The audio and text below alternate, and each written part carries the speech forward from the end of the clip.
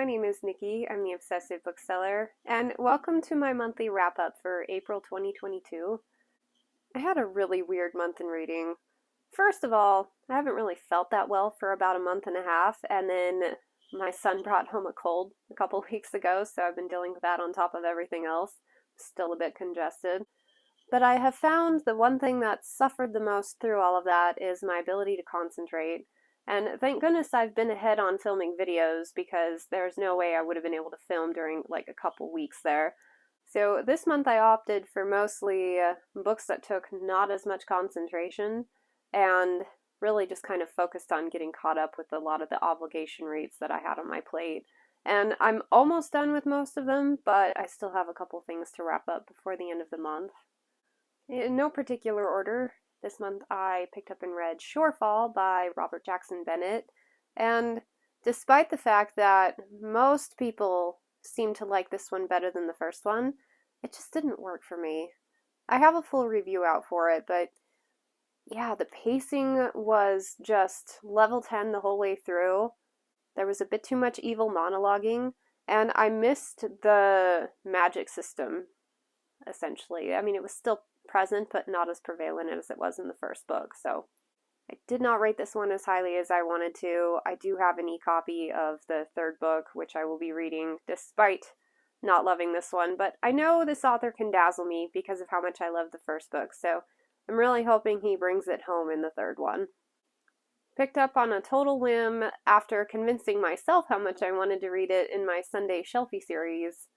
I read The Body Finder by Kimberly Derting. I read this one physically. I was testing a theory that one of the reasons I'm not enjoying YA as much as I used to is that I switched to audiobooks. And that really does line up with about the time that I started getting fed up with them and stopped rating them so highly. And I have one example out of one to go off of, but so far so good.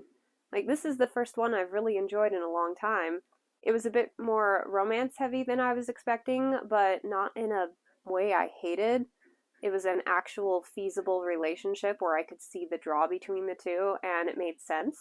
And then you have this really cool mystery going on where this girl can detect dead bodies.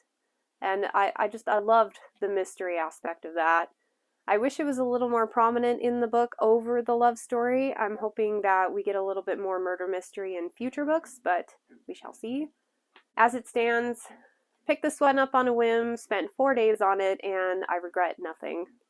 One of my goals this year was to reread a few key series that I deem as my all-time favorites to kind of see if they stack up to my here and now reading, because most of them were read over 15 years ago, and this is one of them. I always say this is one of my all-time favorite dragon books, and upon the reread, I still love it so much. Now, from an objective standpoint, it is not the most brilliant thing I've ever written, but it allowed me to live out my fantasy of being a dragon caretaker, and to do it in a way that was allowing me to go along with the day-to-day tasks of taking care of a dragon. I loved it so much.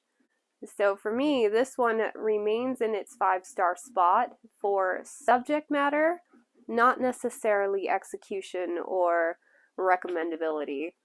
I think a lot of people would pick this one up and give it about a 3 stars, like, oh, pretty good, but for me, love it. Can't wait to keep reading on.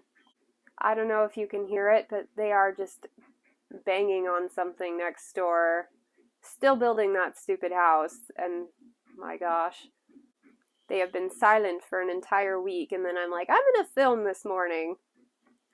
Murphy's Law.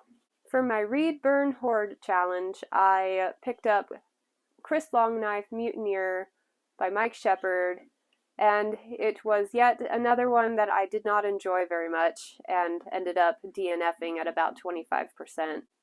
I didn't like the character backstory. I didn't like any of the build-up that we were getting. I didn't like the execution. Like, it's supposed to be a military sci-fi, but we're in someone's kitchen talking about flour and Ghirardelli chocolates, and we are just so far removed from what I signed up for. And then on top of that, the character started to really bother me. Just her mannerisms, the way she was behaving. And I found the whole thing unrealistic, unfeasible. Yeah, I ranted pretty hard in that video, but I did not care for that one at all. So it has since been donated. or not donated, I guess, but kept in reserve for donation at a later date.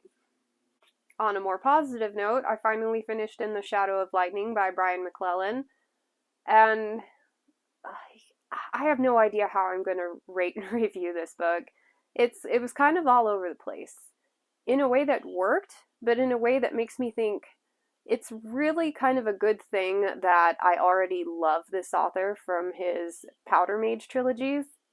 Because if In the Shadow of Lightning was my first introduction to him, I may not have been as forgiving as I was about some of the components of that story.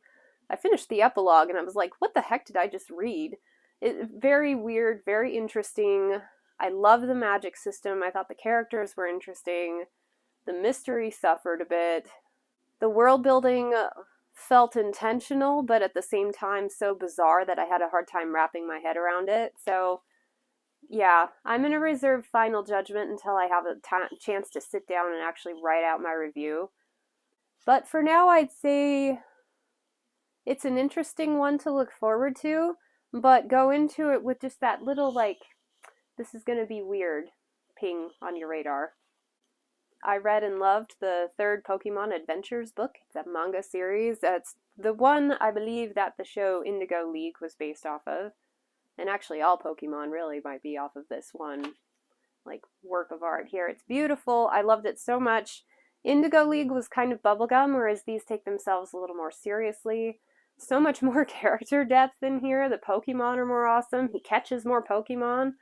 And while these are not very high on my priority list, I'm probably going to get through about one a month, and I'm really enjoying them.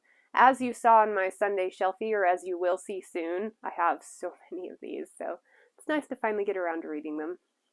Okay, let me breeze through a couple of these. So I still have not touched Malice. I started it in February and then had to put it down for other things, and still haven't gotten back to it. I just have too many other, like, physical reads demanding attention right now. So yeah, your guess is as good as mine when I'll get back to it. I'm hoping within the next couple of weeks, and I might actually get fed up to the point where I just throw everything else out the window and pick this one back up, because I was actually really liking it.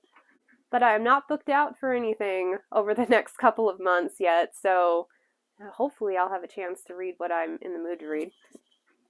Same thing with Thousand Names, put it down about halfway through because I had other things that were more pending on my schedule to get to. This one, I like it. It's a military fantasy. The fantasy element so far has been incredibly minimal, just like a couple of scenes in the prologue, but beyond that it's been just strictly a military book, and I was kind of hoping for more magic. I'm sure that'll come. But what it has done so far is set the stage really well, like this misfit army or whatever, and a couple of key people within it who are starting to kind of shape it into something reputable. So I like where it's going. I like the type of story, but yet again, I'm stalled out about halfway, hoping to get back to it soon. Next, my tour review, Sweep of Stars by Maurice Broaddus. I'd say I'm about a third of the way into this one so far, and it's been a very slow burn, very much about the community and the interpersonal relationships, kind of on a Becky Chambers vibe, but with more of a external plot going on.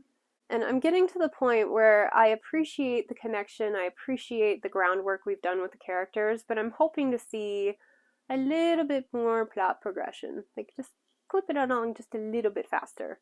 It's written really well, though. There's a lot of creative things going on. It's a very thoughtful sci-fi, so the jury is still out to see whether or not it's one that sings to me personally. I am also continuing The Trouble with the Cursed by Kim Harrison. I was going to do audiobook for Sweep the Stars, but couldn't get on board with the cadence of the narrator, so I switched back to physical read, which means my physical read of Trouble with the Curse kind of got bumped back in priority a bit, which is a bummer, but hopefully I'll get back to it soon. Really enjoying it. Not very far in, but it's every bit as good as the beginnings of the other books that I've read from her, so can't wait to see more on that. And finally, I am almost finished with Hello Habits by Sasaki. It's the same author that wrote Goodbye Things, which, by the way, I found infinitely more helpful than this book. This author and I have absolutely nothing in common. His motives are different, his lifestyle is different, and that could be a good thing from the standpoint of maybe getting some perspectives that are completely different than your own and using that to draw inspiration. But in this case, I'm finding it just very unhelpful.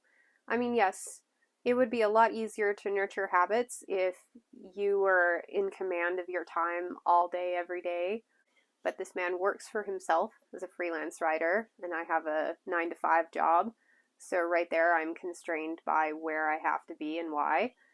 And his free time is his own, whereas when I get home, I have children and a spouse. So while I think if I could get myself into a routine that I could repeat every day, I would actually thrive on something like that. But there are too many external factors in my life to really make that realistic. Now, I'm not completely done with the book. I can't say as if I've even pulled even a couple of nuggets out of it. Maybe. Nope, nothing. Haven't gotten anything from it so far. So that's okay. Interesting. The Japanese have such a unique perspective on life in general. So, from that regard, I am enjoying the book. But yeah, I think there are a lot better habit books out there. Almost everything I've heard in here has been presented to me in other formats at one point or another. So, nothing is like standing out as revolutionary. So, that wraps up my month in reading. I actually got through quite a few considering how crappy I felt most of the month. Possibly because I kept going to bed super early because I didn't feel well, but then I wasn't used to going to bed early, so I'd lay awake for a couple hours listening to a book. It's amazing what you can get through when it has your undivided attention. But this month felt more like an obligation month and kind of wrapping up some things that I said I would do and read, whereas I'm hoping in May that I will be able to focus more on the books that I'm really excited to read. I picked up that Body Finder young adult book because I was just getting really close to burnout and I needed something quick and easy to kind of spark my enjoyment for reading again. Anyway, thank you so much for joining me, and I hope to catch you next time. Bye.